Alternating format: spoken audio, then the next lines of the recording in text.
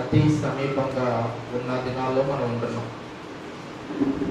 కాబట్టి రక్షణ లేని వారు త్వరగా రక్షణలోకి రావాలి. రక్షింపబడి ఉన్నవారు రక్షణలో ఒక నిశ్చయత కలిగి పరిశుద్ధమైన జీవితాన్ని జీవిస్తూ మన ప్రభు వారిని ఎదుర్కొనుటకు సిద్ధపడాలి. ఇది మన ముందు ఉన్న ఒక పెద్ద బాధ్యత. చిన్న ప్రార్థన చేసుకుని ఈరోజు వాక్య భాగంలోకి వెళ్దాం. పరిశుద్ధుడా పరలోకమందున తండ్రి, నేను మీకు వేలాది వందనాలు, కృతజ్ఞతాస్తుతులు, స్తోత్రాలు ప్రభు.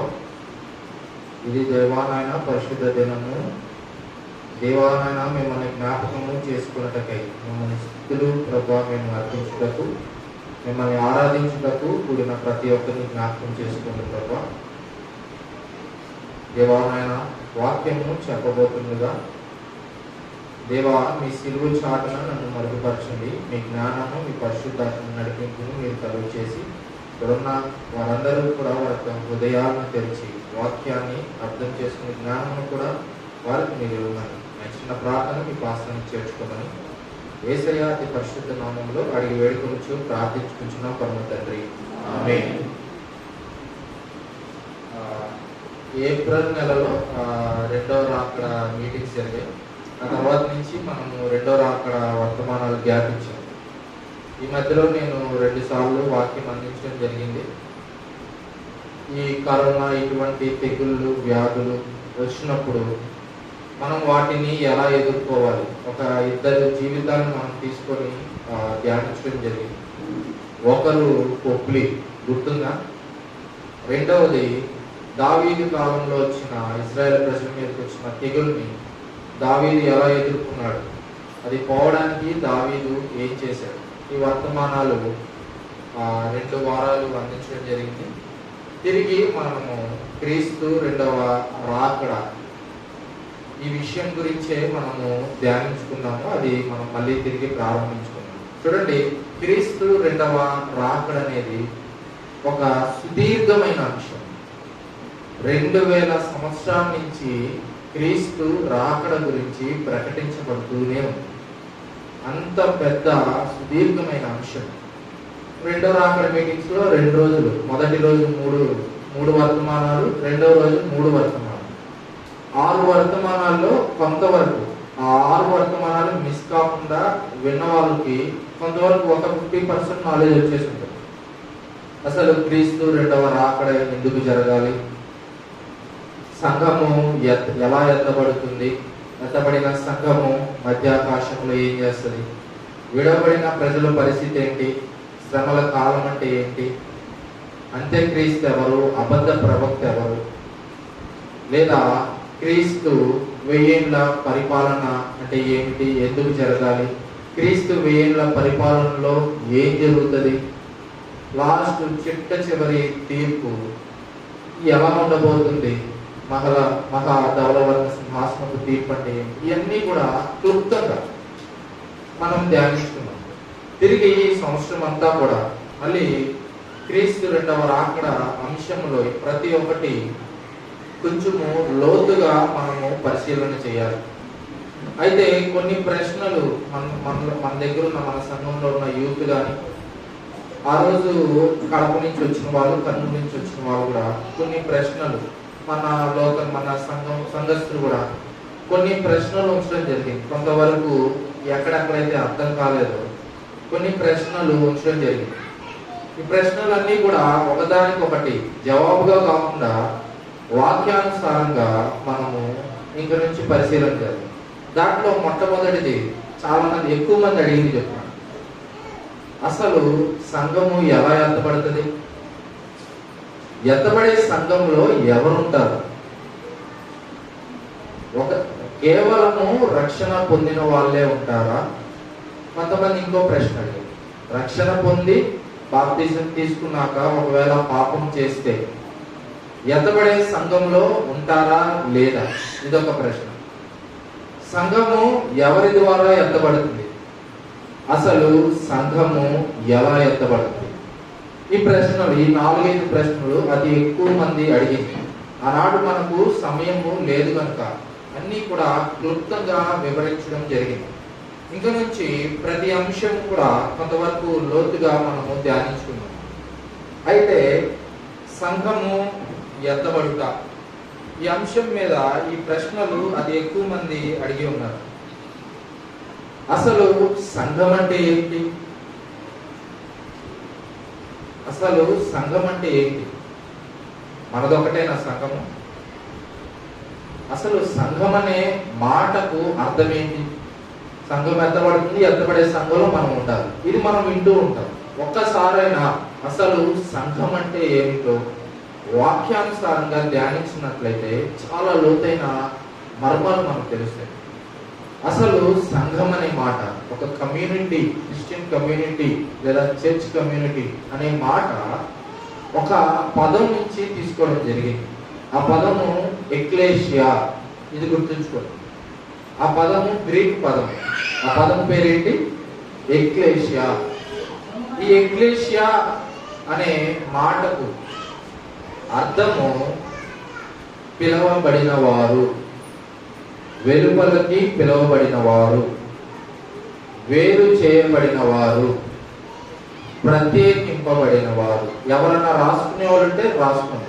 మంచి నోట్స్ ప్రిపేర్ అవుతుంది. మీరు ఇంకొకరికి చెప్పాలన్నా లేదా మీరు సిద్ధపడాలన్నా, వాక్యం నేర్చుకోవాలి, స్త్రీలైతే స్త్రీల సహవాసంలో బోధించడానికి చాలా ఉపయోగపడుతుంది. నోట్స్ గుర్తుంచుకోండి. ఎప్పుడైనా చిన్నవాళ్ళు చెప్పినా పెద్దవాళ్ళు చెప్పినా మీరు దాన్ని నోట్ చేసుకున్నట్లయితే కొంతవరకు ఇతరులకు మీరు సువార్త ప్రకటించడానికి కూడా ఉపయోగపడుతుంది. అసలు సంఘం అంటే ఏంటో మనకు తెలియకపోతే ఎత్తబడే సంఘంలో మీరు ఉండాలని ఇతరులకు ఎలా బోధిస్తాము?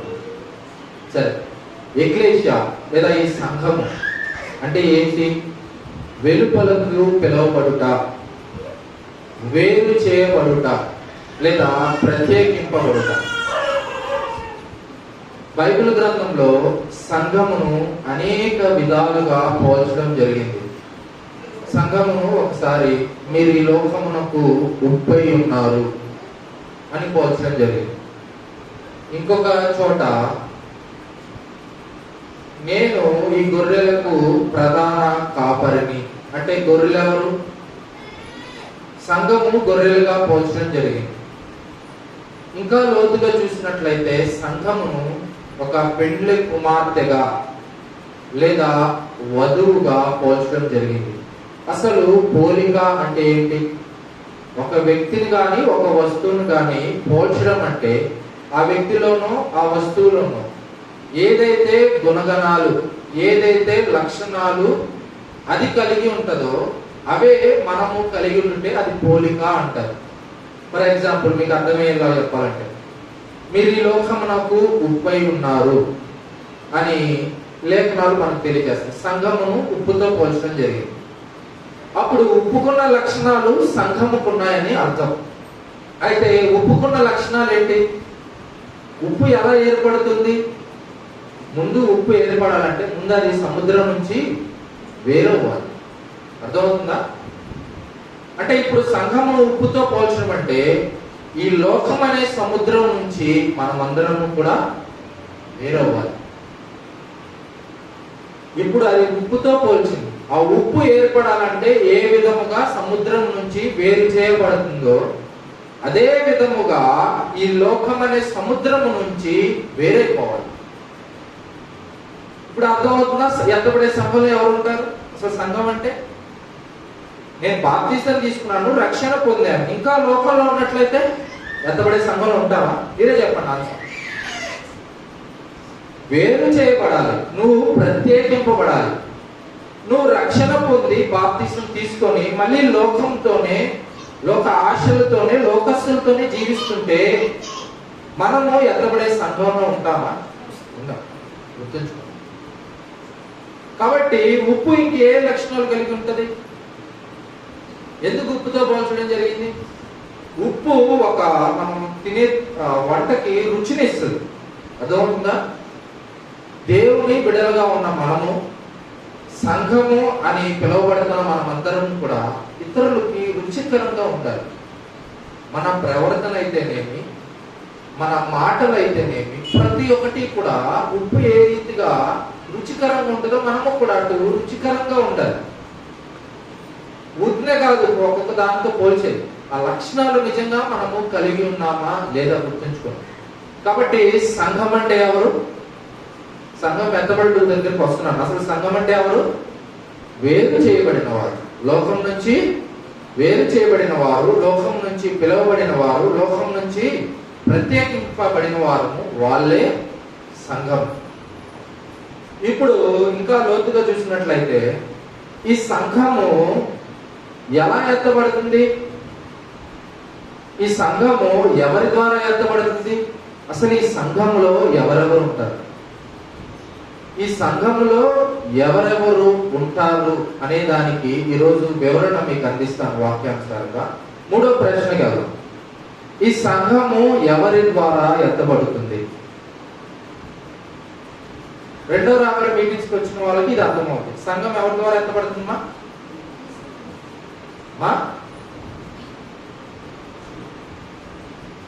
మన క్రీస్తు వారు ఆరోహణమై వెళ్ళిపోయాక పెంతెకోస్తు దినము నాడు ఈ భూమి మీదకి పరిశుద్ధాత్మ దేవుడు రావడము జరిగింది. ఇప్పుడు చూడండి, ఎందుకు సంఘమును పెండ్లి కుమార్తెతో పోల్చడము జరిగిందో కొంతవరకు దీనికి మనం రిలేట్ చేసుకోవచ్చు. ఇప్పుడు నా వివాహం జరిగింది కొంచెం సంవత్సరం, ఇదే నెల. ఇప్పుడు నేను మా ఇంటి నుంచి పెళ్లి కుమార్తెను తీసుకురావడానికి నేను కొంతమంది రికమెండ్ చేసి నేను పంపిస్తాను. మా అక్కని, మా బావని, ఇంకొద్దిగా పెద్దలు, ఒక 4-5 నేను పంపిస్తాను. వాళ్ళు వెళ్ళి పెళ్లి కుమార్తెను తీసుకుని వస్తారు. ఎవరిని? పెళ్లి కుమార్తెను. ఎవరు తీసుకొస్తారు? పెళ్లి పెద్ద. ఎవరు పంపిస్తున్నారు? నేను పంపిస్తున్నాను. సేమ్ అదే విధంగా వధువుగా అనబడిన ఈ సంఘమును క్రీస్తు ఎవరిని రికమెండ్ చేసి పంపించాడు ఈ భూమి మీదకి? పరిశుద్ధాత్మ దేవుడు 2000 సంవత్సరాల నుంచి కూడా ఇక్కడ పెళ్లి కుమార్తెను అనగా వధువుని సిద్ధపరుస్తూ రేపు మధ్యాకాశంలో జరగబోవు ఆ యొక్క పెళ్లి మహోత్సవానికి పెళ్లి కుమార్తె కనబడిన ఈ వధువు సంఘమును ఇక్కడ పెళ్లి పెద్దగా ఉన్న పరిశుద్ధాత్మ దేవుడు తీసుకుని వెళ్ళి క్రీస్తుకి అప్పగించడం జరుగుతుంది. అర్థమవుతుందా? ఇప్పుడు మనకు రెండో ప్రశ్నకు జవాబు వచ్చేసింది. ఎవరి ద్వారా సంఘం ఎత్తబడుతుంది? పరిశుద్ధాత్మ దేవుడు. మనకు దారి తెలియదు కదా, అర్థమవుతుందా? మనకు దారి తెలియదు. మూడవది, ఎలా ఎత్తబడుతుంది సంఘం? ఈ మట్టి శరీరముతో మనము ఎత్తబడలేదు. మనం ఎగరగలమా? కొంత దూరం అన్నా ఇదే శరీరం మనం ఉన్నాము. ఎంత దూరం ఎగరగలం? దూరం ఎగరగలం. ఈ భూమి మీద గ్రావిటేషనల్ ఫోర్స్ ఉంటుంది. ఏమంటారు తెలుగులో? భూమి ఆకర్షణ శక్తి ఉంటుంది. అర్థమవుతుందా? మనము ఈ ఆకర్షణ శక్తిని దాటుకొని వెళ్ళాలంటే మన వల్ల కాదు. మన ఏదో ఒక పరికరం అవసరం. ఇప్పుడు ఏరోప్లేన్ ఉంది, మనల్ని ఆకర్షణ నుంచి, భూమి ఆకర్షణ గ్రావిటేషన్ ఫోర్స్ నుంచి బయటికి తీసుకెళ్ళచ్చు. ఒక శాటిలైట్ పైకి వెళ్ళాలి, దానికి ఏం కావాలి? ఒక రాకెట్ కావాలి. ఒక శాటిలైట్ పైకి తీసుకెళ్ళాలంటే ఒక రాకెట్ కావాలి, ఒక పరికరం కావాలి. మట్టి శరీరంగా ఉన్న మనకు మనంగా పైకి వెళ్ళలేము. అదే కొరింథీయులకు రాసిన మొదటి పత్రిక 15వ అధ్యాయంలో ఉంటది వివరణ. ఈ యొక్క మట్టి శరీరము మహిమ శరీరముగా మార్చబడుతుంది. అప్పుడే మనము మధ్యాకాశానికి పరిశుద్ధాత్మ దేవుని ద్వారా మనము తీసుకెళ్లడము జరుగుతుంది. ఎలా ఎత్తబడతామనే వివరణ మీకు చదువుకుంటే అర్థమైపోతుంది. ఈ విధముగా మట్టి శరీరంగా ఉన్న మనము రెప్పపాటున 1 నిమిషంలో మహిమ శరీరములుగా మార్చబడి ఎత్తబడే సంఘంలో మనం ఉంటాం. ఈ విధముగా ఈ యొక్క సంఘము ఎత్తబడుతుంది. అయితే అతి ప్రాముఖ్యమైన ప్రశ్న, సంఘము ఎత్తబడే సంఘములో ఎవరు ఉంటారు? నేను రక్షణ పొందాను, బాప్తిసం తీసుకున్నాను, అయినా నేను పాపములో బ్రతుకుతున్నాను, లేదా తెలుసో పాపం చేశాను, మరి నేను ఎత్తబడే సంఘంలో ఉంటాను. ఈ ప్రశ్న అతి ఎక్కువ మంది. చూడండి, ఒక్కసారి రక్షణ పొందితే మన రక్షణ పోదు, కానీ మన రక్షణను కాపాడుకునే బాధ్యత దేవుడు మన పై ఉంచాడు. గుర్తుంచుకోండి.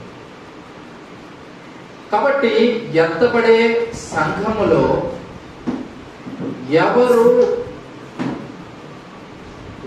సంఘములో ఎవరు ఉండాలనుకున్నా కూడా వాళ్ళు పరిశుద్ధులై ఈ భూలోకంలో బ్రతకాలి. పరిశుద్ధత లేనిదే ఏ మనుష్యుడు దేవుడిని చూడలేడు. హెబ్రీయులకు రాసిన పత్రిక 12వ అధ్యాయము 14వ వచనంలో ఆ వివరణ ఉంటుంది. హెబ్రీయులకు రాసిన పత్రిక 12వ అధ్యాయము 14వ వచనం. అందరితో సమాధానమును పరిశుద్ధతయు కలిగి ఉండుటకు ప్రయత్నించుడి.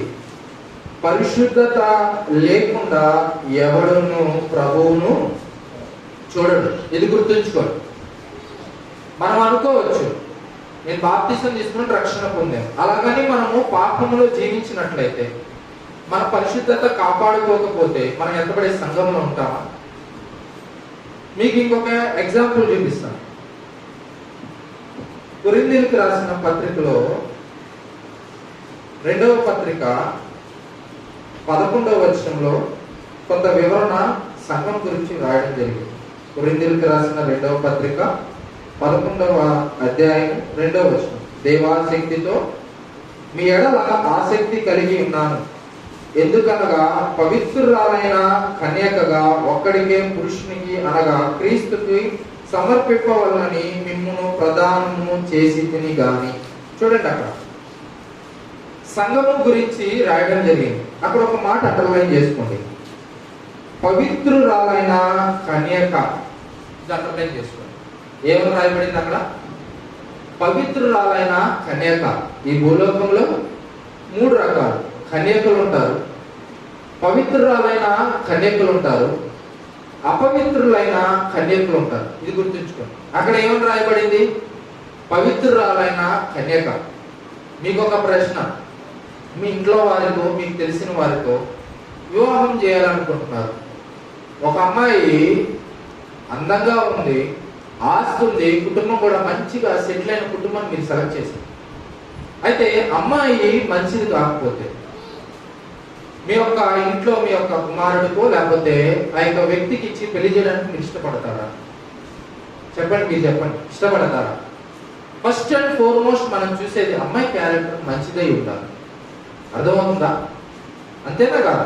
మనం చూసేది ఫస్ట్ అదే చూస్తాం, తర్వాతే ఆస్తి, తర్వాతే కుటుంబం. సేమ్ ఎత్తబడే సంఘములో కూడా కేవలము పవిత్రురాలైన కన్యకలు మాత్రమే ఉంటారు. ఇది గుర్తుంచుకోండి. ఆ మాట క్లియర్ గా రాయమండి. కన్యకలు ఉంటారని రాయలేదు, పవిత్రురాలైన కన్యకగా రాయడం జరిగింది. అదే మాట అక్కడ ఏప్రిల్కి రాసిన పత్రికలో రాయడం జరిగింది. పరిశుద్ధత లేకుండా ఎవడును ప్రభువును చూడలేడు. ఇది గుర్తుంచుకోండి. కాబట్టి ఎత్తబడే సంఘంలో ఉండేది ఎవరంటే కేవలము పరిశుద్ధులే. ఇప్పుడు మీరు అడగొచ్చు, ఇప్పుడు నేను పరిశుద్ధతను నేను కాపాడుకోవాలంటే ఏ విధంగా చేయాలి? నేను పరిశుద్ధత, ఒకవేళ నేను రక్షణ పొంది బాప్తిసం తీసుకుని కూడా పాపం నేను చేసి ఉన్నాను, నేను మళ్ళీ పరిశుద్ధ పరచబడతానా? ఎస్, బైబిల్ గ్రంథంలో ఒక 5 సూత్రాలు ఇవ్వడం జరిగింది. వాక్యానుసారంగా మనము ఏ విధముగా మనల్ని మనము పరిశుద్ధ పరుచుకుంటాం, పరిశుద్ధ పరుచుకోగలము 5 సూత్రాలు బైబిల్ గ్రంథంలో ఇవ్వబడి. ఒకవేళ నేను రక్షణ పొందాను, ఇంకా నేను పాపంలోనే నేను జీవిస్తున్నాను, కుదరదు. అక్కడ పవిత్రురాలైన కన్యకను మాత్రమే అక్కడ సిద్ధం చేస్తున్నాడు పరిశుద్ధాత్మ దేవుడు. అది గుర్తుంచుకోండి. అర్థమైందా? కాబట్టి మనం అందరం కూడా ఎత్తబడే సంఘము, అసలు దాని పేరే పరిశుద్ధుల గుంపు. గుర్తుంచుకోండి. ఎత్తబడే సంఘము ఒక మాటలో చెప్పాలంటే అది పరిశుద్ధుల గుంపు. నేను రక్షణ పొందాను, బాప్తిసం తీసుకున్నాను, ఆదివారం నేను ఆరాధనకి వెళ్తున్నాను, నేను ఎట్లా పడితే అట్లా జీవిస్తాను, నేను ఎత్తబడే సంఘంలో ఉంటానంటే నో, ఉండదు. అలాగని రక్షణ కోల్పోతుంటే రక్షణ కోల్పో. దేవుడు అందుకనే ఇన్ని 2000 సంవత్సరాల నుంచి ఆయన రాకడ ఆలస్యము అవ్వడానికి గల కారణము ఇంకా మనము సరి చేసుకుంటాము. ఆయన కృపాయుగంలో మనం ఉన్నాం. ఆయన మన ఎడల దీర్ఘశాంతం చూపిస్తున్నాడు. మనం విడవబడిన గుంపులో మనం ఉన్నామా? అనేక ఘోరమైన శ్రమలు ఈ భూమి మీద అనుభవించాం. ఆయన స్వరక్తం ఇచ్చి మనల్ని కొనుక్కున్నాడు. కాబట్టి మనం శ్రమల గుండా వెళ్ళడం ఆయనకి ఇష్టం లేదు. అందుకనే ఇంత దీర్ఘశాంతము మన ఎడలో చూపిస్తున్నాడు. కానీ దాన్ని మనము అలుసుగా తీసుకుంటాం. అది గుర్తుంచుకోండి. కేవలము ఎత్తబడే సంఘములో పరిశుద్ధులు మాత్రమే ఉంటారు. అది గుర్తుంచుకోండి. అయితే పరిశుద్ధంగా నేను జీవించాలి, నన్ను నేను ఎలాగా పరిశుద్ధపరచుకుంటాను? వాక్యానుసారంగా చూసినట్లయితే 5 సూత్రాలు ఇవ్వడం జరిగింది. మొదటిది, రక్షణ పొందిన వారు పరిశుద్ధ పరచబడతారు. ఫస్ట్ అండ్ ఫార్మోస్ట్ థింగ్, వాక్యానుసారంగా నువ్వు చూసుకోవాలంటే, నేను ఎత్తబడే సంఘంలో పరిశుద్ధుల గుంపులో నువ్వు ఉండాలంటే మొట్టమొదటిగా నువ్వు రక్షణ పొంది ఉండాలి. ఎవరైతే క్రీస్తుని సొంత రక్షకునిగా అంగీకరించి పాపాలను ఒప్పుకొని వాటిని విడిచిపెట్టి మారు మనసు పొందుతారో వారి యొక్క పాపములు క్షమించబడతాయి. మన యొక్క పాపములు మన దేవుడు వాటిని కడిగి మనల్ని పరిశుద్ధ పరుస్తాడు. గుర్తుంచుకోండి, ఏ మనుష్యుడు కూడా రక్షణ లేకుండా ఎత్తబడే సంఘములో ఉండలేడు. మనము పరిశుద్ధపరచబడాలంటే, మనము పవిత్రపరచబడాలి అంటే మనము ముందుగా రక్షణ పొంది ఉండాలి. చాలా మంది అనుకుంటూ ఉంటారు, రక్షణ లేకుండా ఎంతో మంది ఇతర మతస్థులు కానీ ఇతరులు కూడా పరిశుద్ధంగా జీవించే వాళ్ళు లేరా, పవిత్రంగా జీవించే వాళ్ళు లేరా, మరి వాళ్ళు ఎత్తబడే సంఘంలో ఉంటారంటే ఉండరు. రక్షణ లేకుండా ఎవ్వరు కూడా ఎత్తబడే సంఘంలో ఉండరు. గుర్తుంచుకోండి. ఎందుకంటే మన యొక్క స్వనీతి బైబిల్ గ్రంథంలో రాయబడింది, మన యొక్క స్వనీతి మురికి గుడ్డ వంటిది. మన యొక్క స్వనీతి ఎత్తబడే సంఘంలో ఉండడానికి దాని స్టాండర్డ్స్ కి సరిపోదు. అలాగని మన యొక్క పాపముల్ని పవిత్రపరచుకోవడానికి మనం సరిపోం. ఒక వ్యక్తి గుంటలో పడిపోయాడు, ఒక 10 అడుగులు గుంటలో పడిపోయాడు, వాడు పైకి రాగలడా? సాధ్యమా? వాడు పైకి తీసుకురావాలంటే ఒక వ్యక్తి అవసరం. అర్థమవుతుందా? పాపం అనే ఊపిలో మనం పడిపోయి ఉన్నాం. మనకు మనంగా మన పాపమును మనం కడుక్కోలేము, మనకు మనంగా మనం పరిశుద్ధపరచుకోలేము, పవిత్రపరచుకోలేము. అందుకనే మనకు ఒక రక్షకుడు అవసరం. ఆయన 2000 సంవత్సరాలే మనల్ని ఆయన ప్రాణం పెట్టి మనల్ని రక్షించుకోవడం జరిగింది. ఇది గుర్తుంచుకోండి. కాబట్టి ఎలా పరిశుద్ధపరచబడతాం, ఎలా పవిత్రపరచబడతాం అంటే మొదటి సూత్రము రక్షణ మనము పొందాలి. ఏ వ్యక్తి కూడా రక్షణ పొందకుండా పరిశుద్ధపరచబడలేడు, ఎత్తబడే సంఘంలో ఉండలేడు. రెండవది, యేసు రక్తము ద్వారా మనము పరిశుద్ధపరచబడతాము. యోహాను రాసిన మొదటి పత్రిక 1వ అధ్యాయము 7వ వచనం, అయితే ఆయన వెలుగులోనున్న ప్రకారము మనమును వెలుగులో నడిచిన యెడల మనము అన్యోన్య సహవాసం గలవారమై ఉండుము. అప్పుడు ఆయన కుమారుడైన యేసు రక్తము ప్రతి పాపము నుండి మనల్ని పవిత్రులుగా చేయును. చూడండి ఎంత చక్కటి మాట. యేసు రక్తము ద్వారా మన పాపములు కడగబడతాయి, మనము పవిత్రపరచబడతాము, అలాగే పరిశుద్ధ పరచబడతాము. ఈ భూమి మీద ఉండగానే మనము పవిత్రపరచబడాలంటే, పరిశుద్ధపరచబడాలంటే యేసు నా కొరకు రక్తం చిందించాడని నువ్వు విశ్వాసము మనలో ఉండాలి. ఆయన నా కొరకే, ఎవరికి వాళ్ళు సొంతగా, అవును నా కొరకు ఆయన రక్తం చిందించాడు. నేను చేసిన అతిక్రమములు, నేను చేసిన పాపము నిమిత్తము నా కొరకు నా ప్రభువు రక్తం చిందించాడు.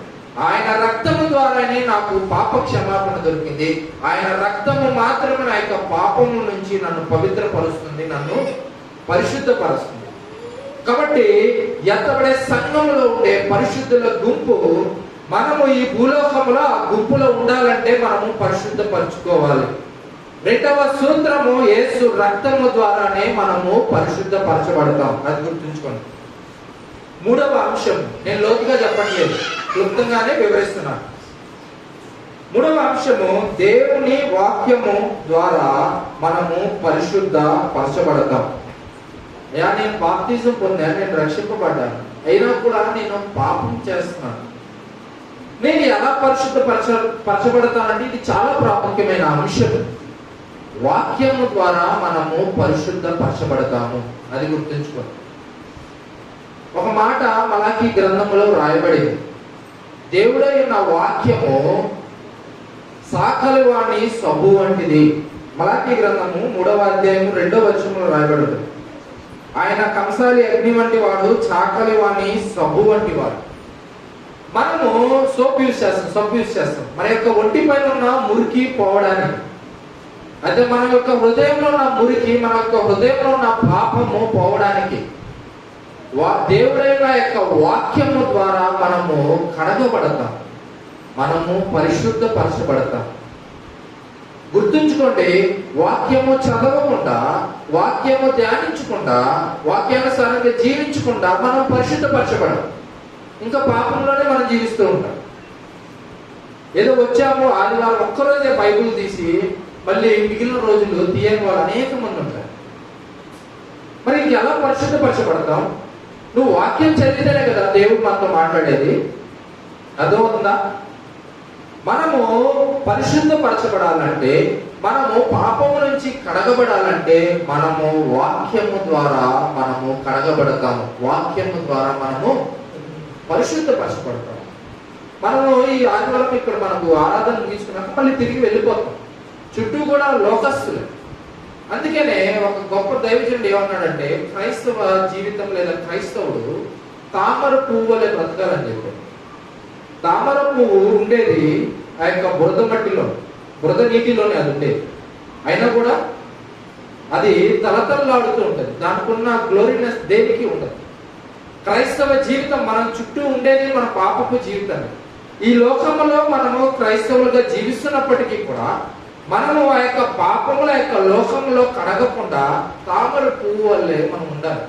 ఎంత గొప్ప మాట!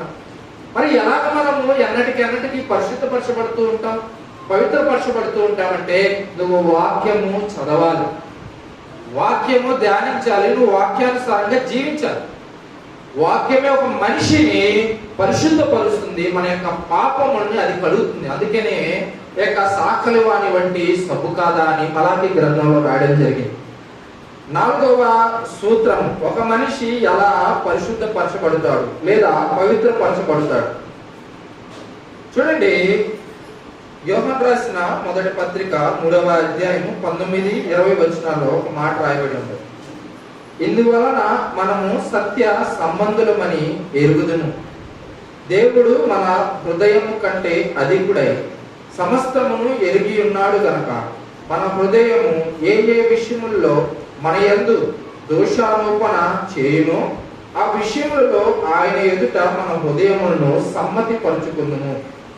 ప్రియులారా, మన హృదయము మన యందు దోషారోపణ చేయని ఎడల దేవుని ఎదుట ధైర్యము కలవారమగుదుము. చూడండి, హృదయము దోషారోపణ చేయడం అంటే ఏంటి అంటే, మనం చేసిన దోషముల గురించి ఆరోపణ మన హృదయం చేయడం అంటే ఏంటి?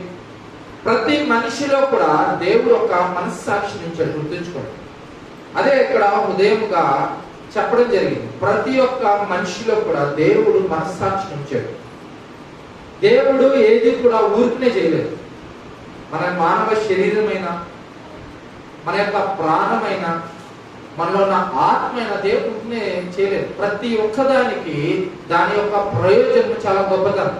ఒక్క పన్ను ఊడిపోతే మనం పెట్టించుకోగలం. ఒక పన్ను ఈరోజు 10,000 అవుతుంది నెల్లూరు అయితే, సిటీస్లో అయితే 10,000-30,000.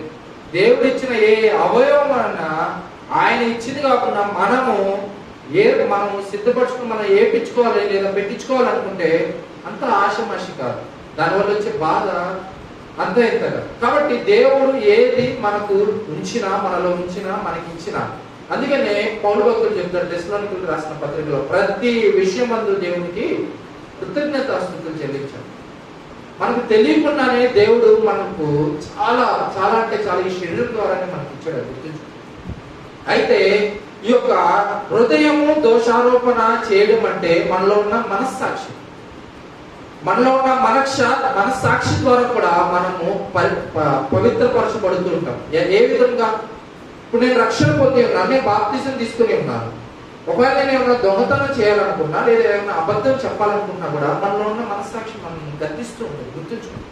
దోష ఆరోపణ చేస్తుంటది. లేదా నేను దొంగతనం చేశాను, అయ్యో నేను ఇది చేశానని ప్రతి నిమిషము దోషారోపణ చేస్తూనే ఉంటాం. ఆ యొక్క గద్దింపు మనం విన్నప్పుడు, ఆ గద్దింపు మనం తెలుసుకున్నప్పుడు ఆ యొక్క దోషారోపణ ఎందుకు మన యొక్క మనస్సాక్షి మనకి ఈ విధంగా చెప్తుందని మనం గ్రహించగలిగితే, అలా గ్రహించగలిగితే మనము మన యొక్క చేసిన తప్పును మనం ఒప్పుకుంటాం, మనం చేసిన పాపాలు మనం విడిచిపెడతాం. ఆనాడే మనము పవిత్రపరచబడతాము, పరిశుద్ధపరచబడతాము, ఎత్తబడే గుంపులో, ఎత్తబడే సంఘంలో మనము ఉండగలుగుతాం. నాలుగోది ఏంటి? మనం ఏ విధంగా పరిశుద్ధపరచబడతాం? మనలో దేవుడిచ్చిన మనస్సాక్షి ద్వారా. ఐదవది అతి ప్రాముఖ్యమైనది, మనము పరిశుద్ధాత్మ దేవుని ద్వారా మనము పరిశుద్ధపరచబడుతూ ఉంటాం. చూడండి, మన దేవుడు పరిశుద్ధుడు. ఆయన మధ్యాకాశానికి వచ్చి మన దేవుడు ఊరబూదినప్పుడు, ఆయన పరిశుద్ధమైన దేవుడు సంఘమును తీసుకుపోయేది కూడా పరిశుద్ధాత్మ దేవుడు, ఆ యొక్క సంఘములో ఉండబోయేది కూడా పరిశుద్ధుల గుంపు. గుర్తుంచుకోండి. కాబట్టి మనం ఎలా ఈ భూలోకంలో పవిత్రపరచబడతామంటే, అతి ప్రాముఖ్యమైనది ఈ యొక్క పరిశుద్ధాత్మను మనము పొందుకోగలగాలి. రక్షణ పొందుకున్న మనం అందరము కూడా పరిశుద్ధాత్మ అనే వరాన్ని కూడా మనం పొందుకోవాలి. మనము ఎప్పుడైతే పరిశుద్ధాత్మ దేవుని మనం పొందుకుంటామో, పరిశుద్ధాత్మని మనం పొందుకుంటామో, ఆనాడు ఏ ఒక్క తప్పు చేయాలన్నా కూడా మనము వెనకడిగేస్తాం. మనల్ని ఎల్లప్పుడూ కూడా పరిశుద్ధాత్మ దేవుడు గద్దిస్తూనే ఉంటాడు. కానీ కొంతమంది పరిశుద్ధాత్మ దేవుడు చెప్పే మాటలు ఆయన గద్దింపులు కూడా లెక్క చేయకుండా పాపం చేస్తూ ఉంటారు. అందుకని పౌలు భక్తుడు చెప్తాడు, మీ యొక్క ఆత్మను దుఃఖపరచకుడి అని. మనం పాపము చేసిన ప్రతిసారి పరిశుద్ధాత్మ దేవుడు మనకు అందించిన గద్దింపును మనం వినకుండా దానికి వ్యతిరేకంగా చేసినప్పుడల్లా మన యొక్క పరిశుద్ధాత్మ, మనలో ఉన్న పరిశుద్ధాత్మ దుఃఖపడుతూ ఉంటుంది.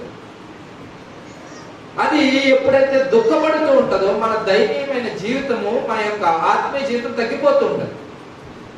మనం రక్షణ పొంది ఉన్నాము. మన ఆత్మీయ జీవితంలో ఎప్పుడైతే మనము ఎదుగుతూ ఉంటామో, మనలో ఉన్న పరిశుద్ధాత్మ దేవుడు కూడా దినదినము ఎదుగుతూ ఉంటాడు. దినదినము మనలో నూతన పరచబడుతూ ఉంటాడు, మన యొక్క స్వభావం కానీ మన యొక్క జీవితాన్ని కానీ. అది గుర్తుంచుకోండి. అందుకనే పౌలు భక్తుడి యొక్క పరిశుద్ధాత్మని మీరు దుఃఖపరచుకుడి అని రాయడం జరిగింది. కాబట్టి మనము ఈ భూలోకంలో ఉన్నప్పుడు మనం పరిశుద్ధపరచుకోవాలంటే పరిశుద్ధాత్మని ద్వారా అది మనకు సాధ్యమవుతుంది. కాబట్టి చూడండి, ఎత్తబడే సంఘములో ఉండాలనుకుంటే ఈ భూలోకంలో బ్రతుకున్నాగానే పవిత్రురాలైన కన్యకగా మనము ఉండాలి. పరిశుద్ధంగా ఈ భూలోకంలో, పవిత్రంగా ఈ భూలోకంలో మనం బ్రతకాలి. ఎత్తబడే సంఘములో ఉండే గుంపు పరిశుద్ధుల గుంపే.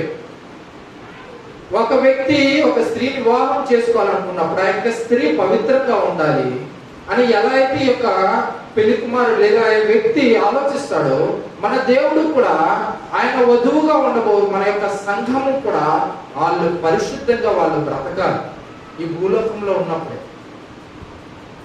ఇంకొక మాట అక్కడ రాయడం జరిగింది, కొరింథీయులకు రాసిన పత్రిక 11వ అధ్యాయం. చూడండి, ఈ మాట చెప్పి నేను ముగించేస్తాను, సమయం అయితే. దేవాసక్తి మీ ఎడల ఆసక్తి కలిగి ఉన్నాను, ఎందుకనగా పవిత్రురాలైన కన్యకకు ఒకడే పురుషునికి అనగా క్రీస్తుకి సమర్పింపవాలని మిమ్మల్ని ప్రదానము చేసి తిని గాని. చూడండి, ఈ పవిత్రురాలైన కన్యక ఒక్కడే పురుషునికి ప్రదానం చేయబడింది. అది అండర్లైన్ చేసుకోండి, ఒక్కడే పురుషునికి. ఒక పెళ్లి కుమార్తె ఉంది, ఇంకో కొన్ని దినాల్లో వివాహం జరగబోతుంది. ఆ యొక్క పెళ్లి కుమార్తె ఆలోచనలు, తలంపులు ఎవరి గురించి ఉంటాయమ్మా? వివాహము చేసుకోబోయే వ్యక్తి గురించి ఉంటాయి. అర్థమవుతుందా?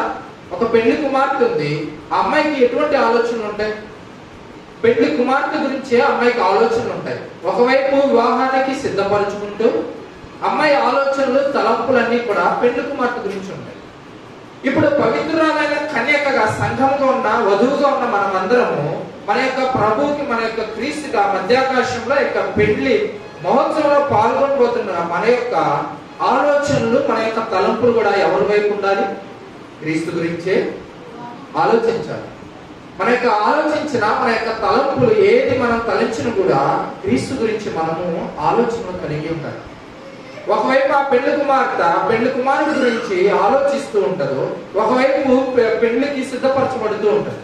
అదే విధంగా ఒకడే పురుషుడు కనుక మన క్రీస్తుని మనము గుర్తు చేసుకుంటూ, అందుకే ప్రతి ఆదివారం ఆయన మనం జ్ఞాపకం చేసుకుంటూ, ఆయన మనం జ్ఞాపకం చేసుకుంటూ మనల్ని మనము ఆ యొక్క వివాహానికి మనం సిద్ధపరుచుకుంటూ ఉండాలి. అందుకే మొదట్లో ఒక మాట చెప్పాను, రక్షణ పొందిన మనమందరం కూడా రక్షణ నిశ్చయతను కాపాడుకుంటూ పరిశుద్ధ జీవితాన్ని మనము జీవిస్తూ వివాహానికి మనము సిద్ధం అవ్వాలి. కాబట్టి సంఘము ఎత్తబడుట గురించి మనం ఇంకా కూడా లోతుగా చెప్పుకోవచ్చు. కాబట్టి ఎత్తబడే సంఘంలో ఉండేది పరిశుద్ధుల గుంపు మాత్రమే. ఈ భూలోకంలోనే పరిశుద్ధంగా నువ్వు బ్రతకాలంటే వాక్యానుసారం ఈ 5 సూత్రాలు. మొదటిది ఏంటిది? ఎలా మనం పరిశుద్ధపరచుకుంటాము? రక్షణ ద్వారా మనం పరిశుద్ధపరచుకుంటాం. రెండవది, యేసుక్రీస్తు రక్తము ద్వారా మన యొక్క పాపములు పవిత్రపరచబడతాయి. పాపములు కడిగి దేవుడు మనల్ని పవిత్రపరుస్తాడు. మూడవది, దేవుని వాక్యము ద్వారా మనము పరిశుద్ధపరచబడతాము. నాలుగవది, దేవుడు మనలోంచి మన సాక్షి ద్వారా ఆ యొక్క గద్దింపుకు మనం లోబడినట్లయితే ఈ భూలోకంలో మనము పవిత్రంగా పరిశుద్ధంగా బ్రతుకుతాం. ఐదవది, అతి ప్రాముఖ్యమైనది, పరిశుద్ధాత్మ దేవుడు ద్వారా మనము హెచ్చరింపబడుతూ ఉంటాయి. ఈ భూలోకంలో రక్షణ పొందిన మనమందరం కూడా పరిశుద్ధాత్మ వరమును మనం పొందుకోవాలి. ఎందుకంటే రోమీయులకు రాసిన పత్రికలో ఉంటది ఒక మాట, ఆయన ఆత్మ లేకపోతే మనం ఆయన వారము కాదు. ఈ భూలోకంలో మనం ఉన్నప్పుడే పరిశుద్ధాత్మని మనం పొందుకోవాలి. ఆ పరిశుద్ధాత్మడే మనల్ని ఆ యొక్క ఎత్తబడే సంఘంలో ఉంచుటకు ఆయన మనం సిద్ధపరుస్తూ ఉంటాడు. ఈ భూలోకం ఈ సంఘంను వెంట పెట్టుకొని క్రీస్తు చేతిలో పెట్టేది కూడా రేపు పరిశుద్ధాత్మ దేవుడు. కాబట్టి ఏ విధంగా పెళ్లి కుమార్తె ఒకడే పురుషునికి తాను వివాహం చేసుకోబోయే పురుషుని మాత్రమే తలంచుకుంటూ జ్ఞాపకం చేసుకుంటుందో, పవిత్రులుగా కన్యకలుగా జీవిస్తున్న ఎత్తబడే సంఘము వధువు సంఘంలో ఉన్న మనము కూడా ఆ యొక్క క్రీస్తుని మనం ఎల్లప్పుడూ జ్ఞాపకం చేసుకుంటూ మన యొక్క వివాహ మహోత్సవానికి ఆ రేపు రాకడ కొరకై మనము సిద్ధపరచుకుంటూ ఉండాలి. దేవుడి కొద్ది మాటలు దీవించుగాక. ప్రతి ఒక్కరు కలుగుతున్నాం.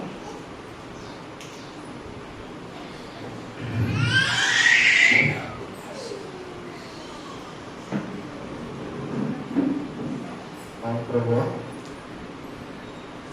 మీ యొక్క రాకడ అతి సమీపంగా ఉంది. మీ యొక్క రాకడకు ప్రభువా మేము సిద్ధపడి జీవించవలసి ఉండగా ఇంకా లోకములోనే పాపములోనే ప్రభువా మేము జీవిస్తున్నామేమో. ప్రభువా, ముందుగా ఈ లోకము నుంచి మమ్మల్ని అందరినీ మీరు వేరు చేసిన విధానాన్ని బట్టి మీకు స్తుతులు స్తోత్రాలు నాయనా. ఇక్కడ ఉన్న మనమందరం ఈ లోకం అనే సముద్రం నుంచి మనము వేరైపోవాలి.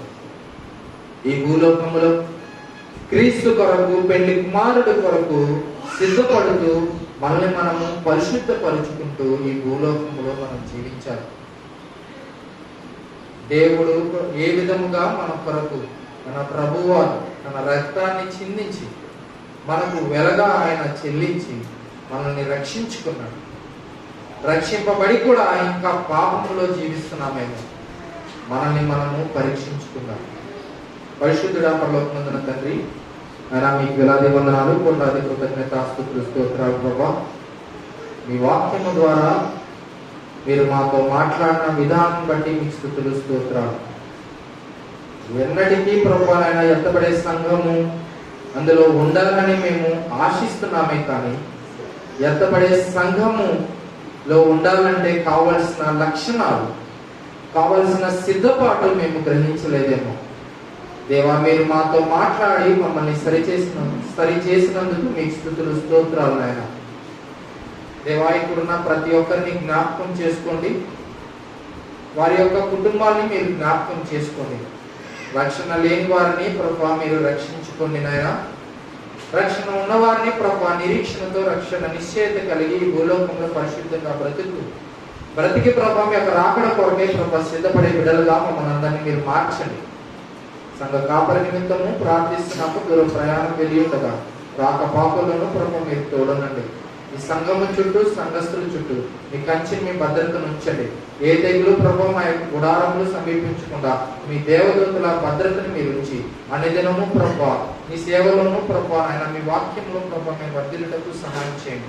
వాక్యాన్ని విని వదిలేసే రీతిగా కాకుండా ఆ వాక్యాన్ని మా మధ్యలో ఉంచుకొని దాని అనుసారం మేము జీవించలాగా మీరే మాకు సహాయం చేయమని యేసయ్య అతి పరిశుద్ధ నామంలో అడిగి వేడుకొనుచు ప్రార్థించుకుంటున్నాం పరమ తండ్రి.